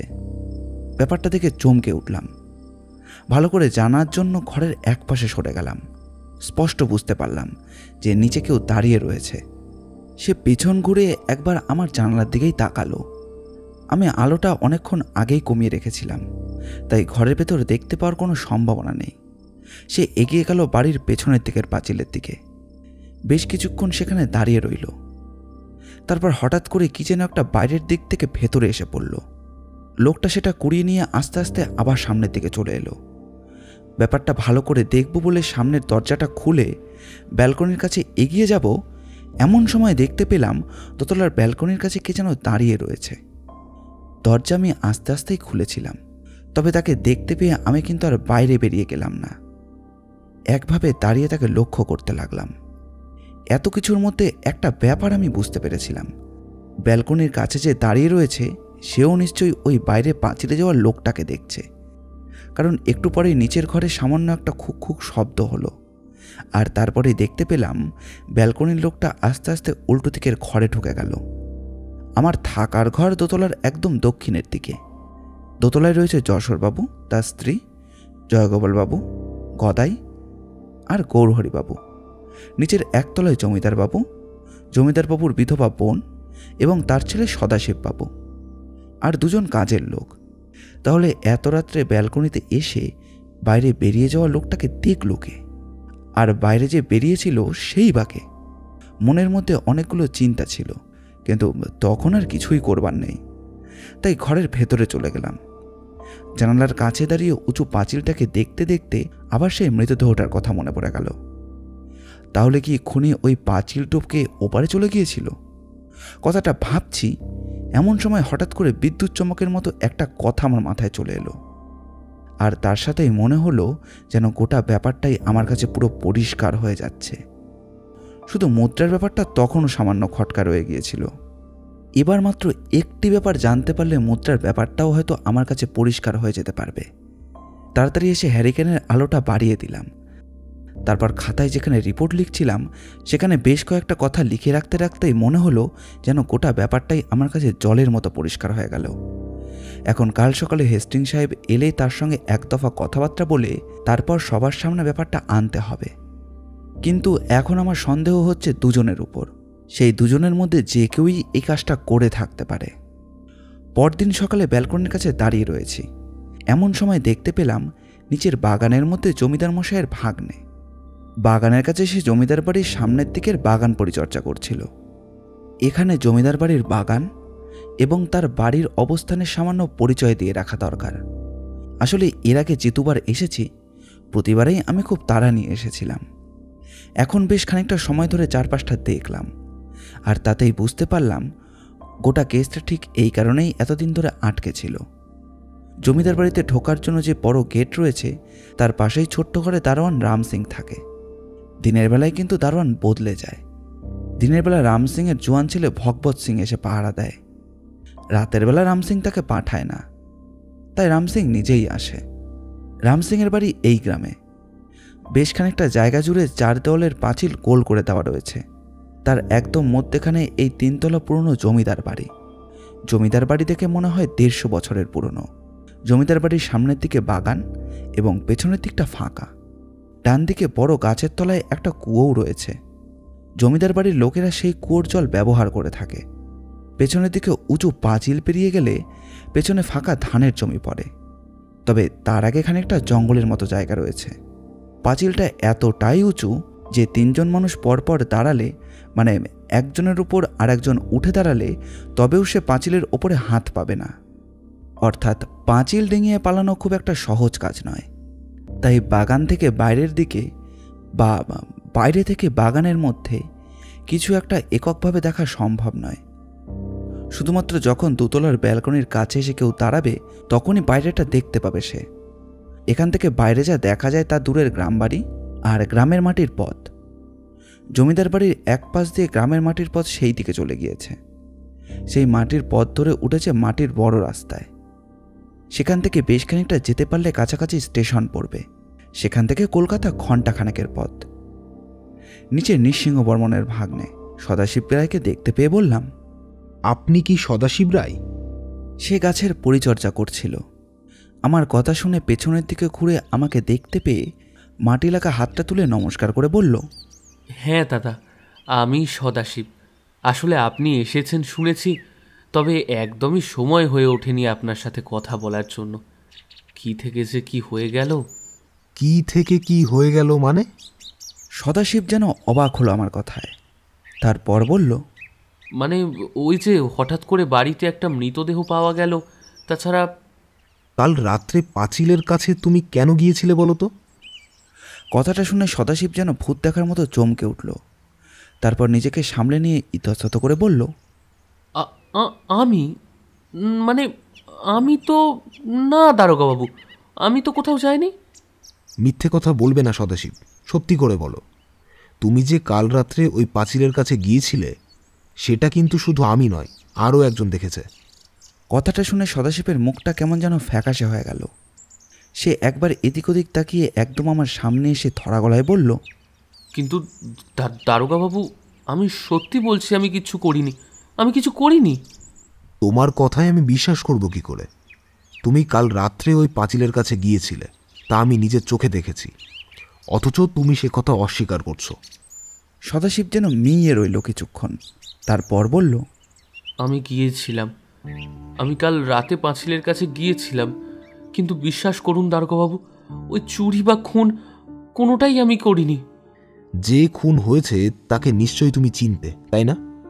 এবার সদাশিবের মুখ রক্তশূন্য হয়ে গেল। সে কেমন যেন ভয় পেয়ে থরথর করে কাঁপতে লাগলো। আমি কিছু জানি না, আমি কিচ্ছু জানি না। সদাশিব, এখন আমায় সত্যি করে বলো তো। এখনও যদি তুমি আমায় সত্যি কথা বলো তাহলে নিশ্চয়ই আমি তোমাকে সাহায্য করার চেষ্টা করব। আমার মনে হচ্ছে তুমি কিছু করোনি, কিন্তু গোটা ব্যাপারটাই তুমি কিন্তু সাংঘাতিকভাবে ভেসে গিয়েছ। তোমায় কাল রাত্রে পাঁচিলের কাছে যেতে আরও কেউ দেখেছে। যতদূর মনে হয় যশোরবাবু কিংবা জয়গোপাল বাবু। তাদের মধ্যে কেউ যদি হয়ে থাকে তাহলে সে কিন্তু তোমায় ছেড়ে কথা বলবে না। তুমি বুঝতে পারছো না এই বাড়িতে তো একটা খুন হয়েছে, তাছাড়া একটা মুদ্রা এবং একটা সোনার মূর্তি চুরি হয়েছে। মূর্তি চুরি হয়েছে, মুদ্রাও চুরি হয়েছে, কিন্তু দারোগাবাবু ওগুলোর কোনোটাই আসল নয়। সবই মামা তৈরি করিয়েছেন শ্যাকরার কাছ থেকে। আসল মূর্তি আর আসল মুদ্রাগুলো লুকানো রয়েছে গোপন ঘরে। সদাশিব কথাটা বলেই আমার মুখের দিকে তাকালো, আমার অভিব্যক্তি দেখবার জন্য। হয়তো সে ভেবেছিল আমি চমকে উঠব, কিন্তু তেমন কিছু হলো না দেখে সে অবাক হয়ে রইল। আমি বললাম, সদাশিব, আমি এমন অনেক কিছুই জানি যেগুলো তোমরা হয়তো জানো আবার জানো না। তাই এসব কথা বলে আমায় কোনো লাভ নেই। তুমি বরং তোমার যে বিপ্লবী দলের সাথে যোগাযোগ এখনো রেখে চলেছ সেটা বন্ধ করে দাও, তাতে তোমারই ভালো। পাশের গ্রামে তোমার নিজের বাড়ির আশেপাশে যে বিপ্লবী চক্র সক্রিয় হয়েছিল তার সঙ্গে যে তোমার যোগাযোগ রয়েছে সে খবর কিন্তু আমি বার করতে পেরেছি। এই গ্রামেও কিন্তু আমার বেশ কয়েকজন লোক রয়েছে যারা এই গোটা পরিবারের ব্যাপারে খোঁজ খবর নিয়ে চলেছে। না হলে এত সহজে তোমাদের খবর পাওয়া আমার পক্ষে সম্ভব ছিল না। ভুলে যাবে না, আমি কিন্তু পুলিশের লোক। আজ সকালেই হেস্টিং সাহেবের আসার কথা আছে। সে যখন আসবে তুমি সেখানেই থাকবে। আমি বাকি সবাইকে সেখানে থাকার কথা বলবো। সেখানে আমি সমস্ত ব্যাপারটা সবাইকে খুলে বলবো। তবে অপরাধী কে সেটা বোধহয় আমি আন্দাজ করতে পারছি। দারোগাবাবু, অপরাধীটা কে বলুন তো? প্রথমে আমি মনে করেছিলাম অপরাধী বাইরের কেউ, অন্তত খুন যে করেছে সে বাইরের কেউ, আর চুরি যে করেছে সে হয় বাইরের কেউ কিন্তু তার সঙ্গে ভেতরের কারোর যোগাযোগ রয়েছে। কিন্তু এখন বুঝতে পারছি গোটা ব্যাপারটাই করেছে ভেতরের কেউ। সদাশিব অবাক হয়ে আমার দিকে তাকিয়ে রইল। তার অবাক আর ভয় পাওয়া মুখের উপর তাকিয়ে আমি সামান্য হেসে আমার নিজের ঘরে চলে এলাম। হেস্টিংস বলল, এ কি প্রিয়নাথবাবু, আপনি এখানে কেন? আমি তো বলেছিলাম যে খুন হয়েছে সে বাইরের লোক। তাহলে বাইরের লোক যখন, তখন গোটা ব্যাপারটা চাপা দেওয়াই যাক। শুধু শুধু এসবের সাথে পুলিশের ঝামেলায় জড়িয়ে কোনো লাভ নেই। তাছাড়া এতে কাজকর্মে অসুবিধা হবে। হেস্টিং সাহেব, আপনি হয়তো ঠিক কথাই বলেছেন। তবে আমি যদি বুঝতে পারতাম লোকটা বাইরের কেউ আর তার সাথে এই বাড়ির কোনো সম্পর্ক নেই, তাহলে আমিও কেসটা চাপা দিয়ে দিতাম। কারণ বিশেষ করে নৃসিংহ পরিবারের নিরাপত্তা এবং তাদের সাথে ইংরেজ সাহেবদের সম্পর্ক বজায় রাখাটাই আমাদের আসল লক্ষ্য। কিন্তু তদন্ত করতে গিয়ে দেখা গেল ব্যাপারটা তেমন নয়। এই সব কিছুর সাথে নৃসিংহবাবুর পরিবারটা জড়িয়ে রয়েছে। তাই ব্যাপারটা এত সহজে ছেড়ে দেওয়া গেল না। নৃসিংহদের পরিবার জড়িয়ে রয়েছে? প্রিয়নাথবাবু, আপনি কি কথা বলছেন? একটা বাইরের লোকের সাথে নৃসিংহ পরিবার জড়িয়ে থাকবে কি করে? গোটা ব্যাপারটা বোঝার জন্য প্রথমে আমায় কয়েকটা ঘটনার কথা বলতে হবে। তারপরে আমি গোটা ব্যাপারটা কিভাবে হয়েছে সেগুলোকে বলবো। তার মাঝে যদি কোনো ভুল ত্রুটি হয়ে থাকে তাহলে সেগুলো যদি নিজেরাই আমায় বলে দেন তাহলে সুবিধা হয়। না হলে তদন্তের ক্ষেত্রে আর একটু সময় দিলে কিন্তু আমি সবটাই বার করতে পারবো।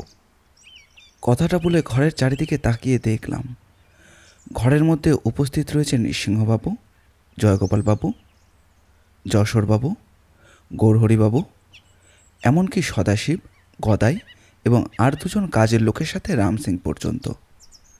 যে ঘরে আমরা বসে রয়েছি তার পাশেই একটি দরজায় পর্দা দেওয়া রয়েছে। পর্দার উপরে নৃসিংহবাবুর স্ত্রী এবং যশোরবাবুর স্ত্রীও রয়েছে।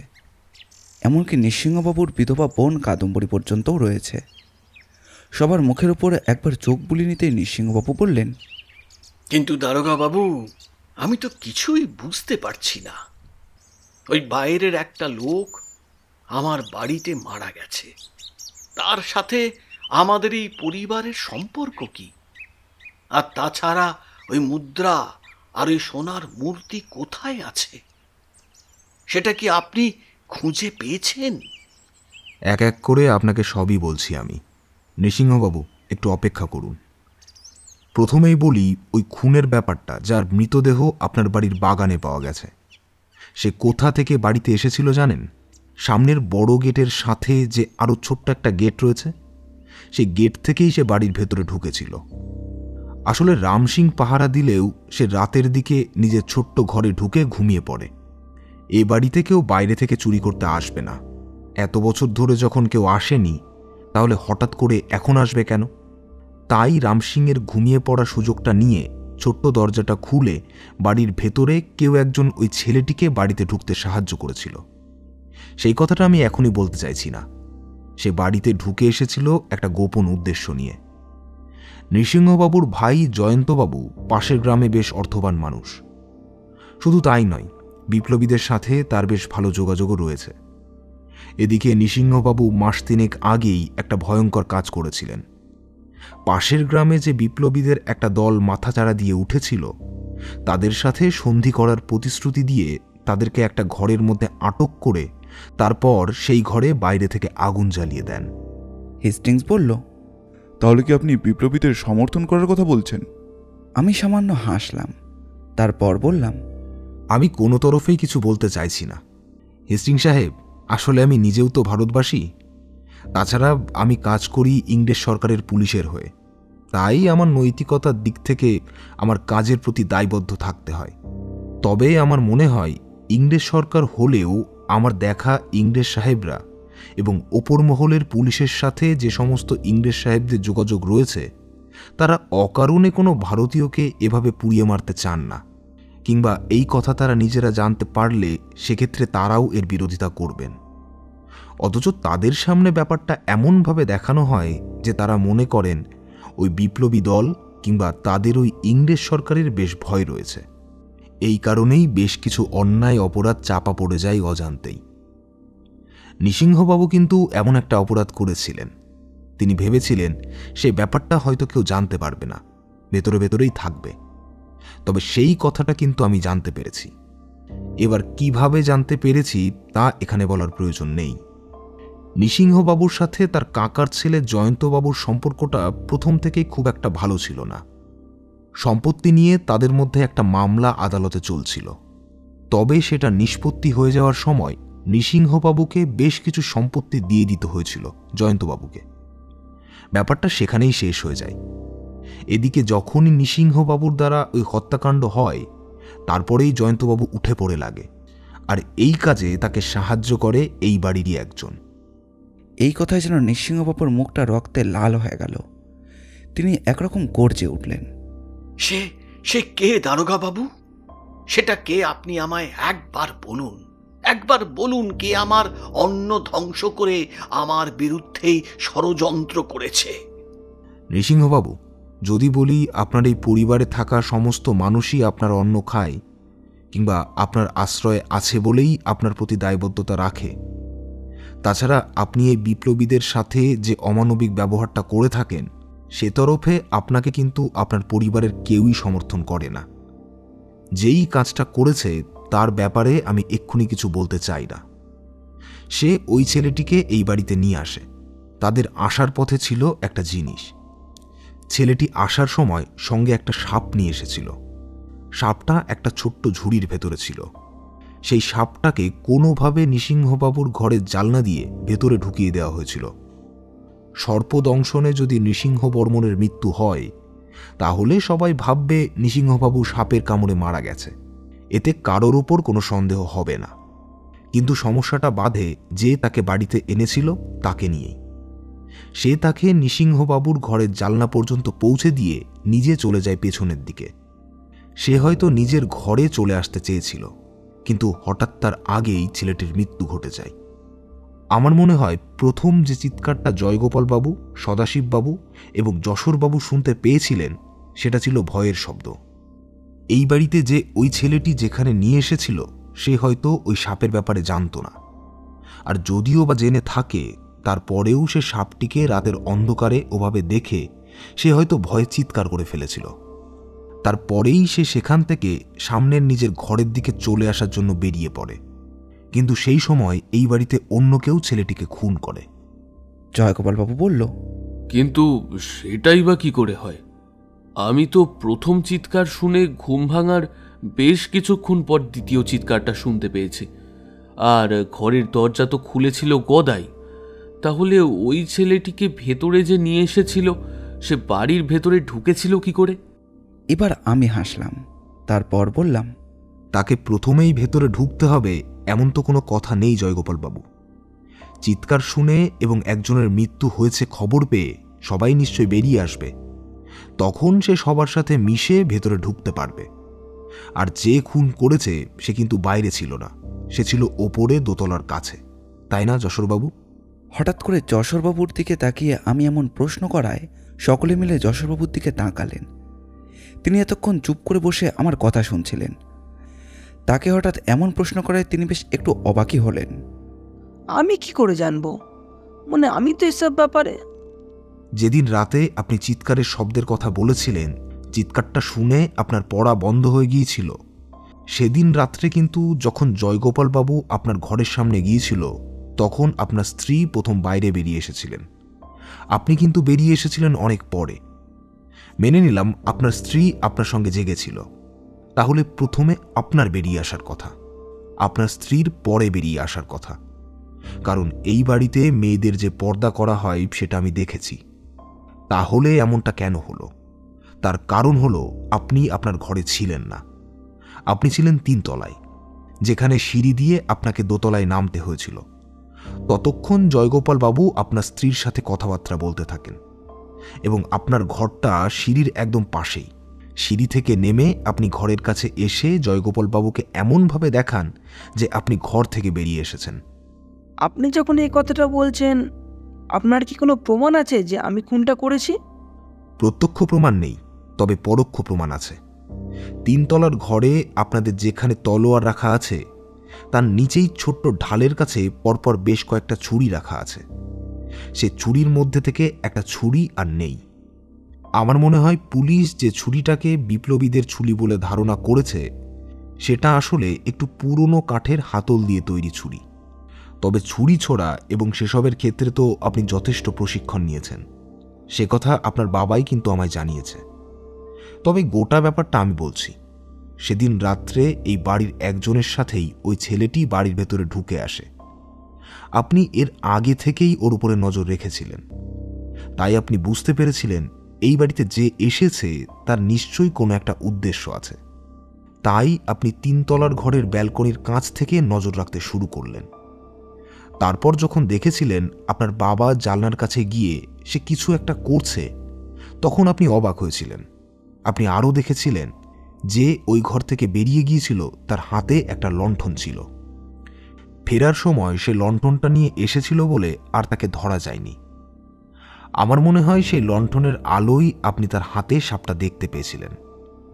তখন সবকিছু বুঝতে আপনার দেরি হয়নি, কারণ আপনার বাবা কি করত তার সব কথাই আপনার জানা। আপনার হাতের টিপ ভালো, আপনি তার জন্য প্রশিক্ষণ নিয়েছেন। আমার মনে হয় আপনি ছুরিটা চালিয়েছিলেন দোতলায় এসে, কিন্তু তারপরে আপনি 3 তলায় চলে যান যাতে আপনাকে কেউ সন্দেহ না করতে পারে।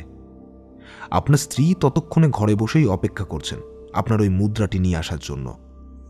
এবার কিন্তু যশোরবাবু আর চুপ করে থাকতে পারলেন না। চেয়ার ছেড়ে উঠে ক্রুদ্ধ ভঙ্গিতে বললেন, এসব আপনি কি বলছেন দারোগাবাবু? ওই মুদ্রা আমি নিতে যাব কেন? আর তাছাড়া আমার নিজের বাড়ির সম্পত্তি আমি চুরি করতে যাব কেন? কারণ ওই মুদ্রার ইতিহাসের গল্পটা আপনার জানা। ওই মুদ্রা যার কাছে থাকে তার ব্যবসায় উন্নতি হয়। আপনার ব্যবসা বেশ সপ্তাহ 2 আগে থেকেই পূর্তির দিকে চলছিল, তাই আপনি একটা সুযোগ খুঁজছিলেন ওই মুদ্রাটা চুরি করার জন্য। সেদিন রাত্রে আপনি মুদ্রা চুরি করার জন্যই 3 তলার ঘরে গিয়েছিলেন। তার আগেই দেরাজের চাবি আপনি চুরি করেন, সেটা আপনার কাছে সহজ কাজই ছিল। তবে সেদিন রাত্রে কাজটা করার জন্য আরও একটা কারণ ছিল। আপনি জানতেন সেদিন রাত্রে ওই ছেলেটি এই বাড়িতে আসবে আপনার বাবাকে খুন করার উদ্দেশ্যে। আপনি এক কাজে দুই কাজ করলেন, আপনার বাবাকেও বাঁচালেন এবং মুদ্রাটা চুরি করে বদনাম দিলেন যে মুদ্রাটা বাইরের কোনো চোর এসে নিয়ে গেছে। কিন্তু এর মধ্যে একটা ব্যাপার আপনি ভুলে গিয়েছিলেন। একতলার দরজার ভেতর থেকে সবসময় দরজা বন্ধ থাকে রাতের বেলায়। সেই দরজা খুলে ভেতর থেকে কেউ বাইরে গিয়ে চোরকে ভেতরে আনতে পারে বটে, কিন্তু তাহলে তাকে আবার বাইরে বার করে দিতে হবে চোরকে। ওই দুটো চিৎকারের মাঝে অতটুকু সময়ের মধ্যে এটা হওয়া সম্ভব নয়। প্রথমে এখানে এসে আমার মনে হয়েছিল চোর দুজন ছিল। চুরি করে পালানোর সময় কোনোভাবে নিজেদের মধ্যে হাতাহাতিতে খুনটা হয়। প্রথমজন খুন হয় আর দ্বিতীয়জন পালিয়ে যায়। কিন্তু সেক্ষেত্রে সমস্যা হলো আপনাদের বাড়ির উঁচু পাঁচিল। রামসিং বলেছিল যে একজনকে সে পাঁচিলের দিকে দৌড়াতে দেখেছে, আর তারপরেই হঠাৎ করে সে দৌড়েছিল, কিন্তু সে হঠাৎ করেই অদৃশ্য হয়ে যায়। অদৃশ্য হয়ে যাওয়ার মানে তাকে আর দেখা যায়নি। রামসিং যদি দেখতে পেত সে পাঁচিলটা থেকে পালাবার চেষ্টা করছে, নিশ্চয়ই রামসিং সেদিকে দৌড়ে যেত। হঠাৎ করেই তার সামনে থেকে সে উধাও হয়ে যাওয়ার একটাই মানে হতে পারে, সে বাড়ির পেছনের দিক ধরে অন্যদিকে চলে গিয়েছিল। সে আসলে অন্যদিকে গিয়ে অপেক্ষা করছিল ঘর থেকে সবার বেরিয়ে আসার জন্য। তারপরেই সে বাড়ির সবার ভিড়ে মিশে যায়, তাকে চট করে কেউ ধরতে পারে না। আর যখন সবাই মৃতদেহ নিয়ে চিৎকার চেঁচামেচি শুরু করেছিল, তখন কেউ খেয়ালও করবে না যে কেউ একজন বাইরে থেকে এসে তাদের সঙ্গে মিশেছে। চাঁদের আলো থাকলেও আধো অন্ধকারে কোনো কিছুই ভালোভাবে দেখা যাচ্ছিল না, তাই এতে রামসিংয়ের কোনো রকম দোষ ছিল না। হেস্টিংস বলল, তার মানে আপনি বলতে চাইছেন যে খুনটা করেছে যশোরবাবু, আর যে বাড়িতে এসেছিল সে নৃসিংহবাবুকে খুন করতে চেয়েছিল। কিন্তু সেটাই যদি হয় তাহলে মুদ্রা আর মূর্তিটা গেল কোথায়? মুদ্রা যশোরবাবুর কাছেই আছে। যশোরবাবু সেটা হয়তো নির্দিষ্ট সময়েই রেখে দিতেন, কারণ ওই মুদ্রা যার কাছে থাকবে তার ব্যবসায় উন্নতি হবে। যশোরবাবুর ব্যবসা খুব একটা ভালো যাচ্ছিল না। ব্যবসা ঠিক হয়ে গেলে তিনি হয়তো মুদ্রাটা আবার ওখানেই রেখে দিতেন। কিন্তু এর মধ্যেই মূর্তিটা চুরি হয়ে যাওয়ায় ব্যাপারটা নতুন করে সমস্যা তৈরি করে। তবে মূর্তিটা যে পুরোপুরি সোনার নয় সেই ব্যাপারটা এখন জানা গেছে। আসলে ওই ঘরে সমস্ত কিছুই রয়েছে, তার মধ্যে মুদ্রা বাদে বোধহয় সমস্ত দামি জিনিসপত্রগুলোই নকল। নৃসিংহবাবু আসল জিনিসপত্র অন্য কোথাও রেখেছেন।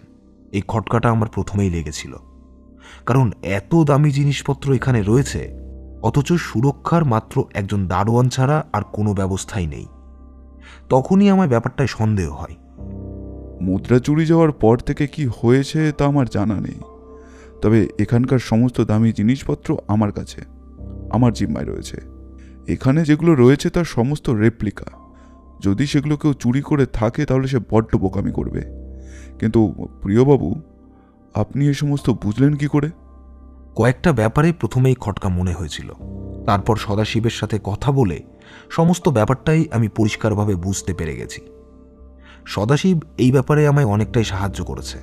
তবে যশোরবাবু ইচ্ছাকৃত হোক কিংবা অনিচ্ছাকৃতভাবেই হোক, যেভাবেই হোক না কেন, আপনি আপনার বাবাকে বাঁচাতে গিয়েই খুনটা করেছেন।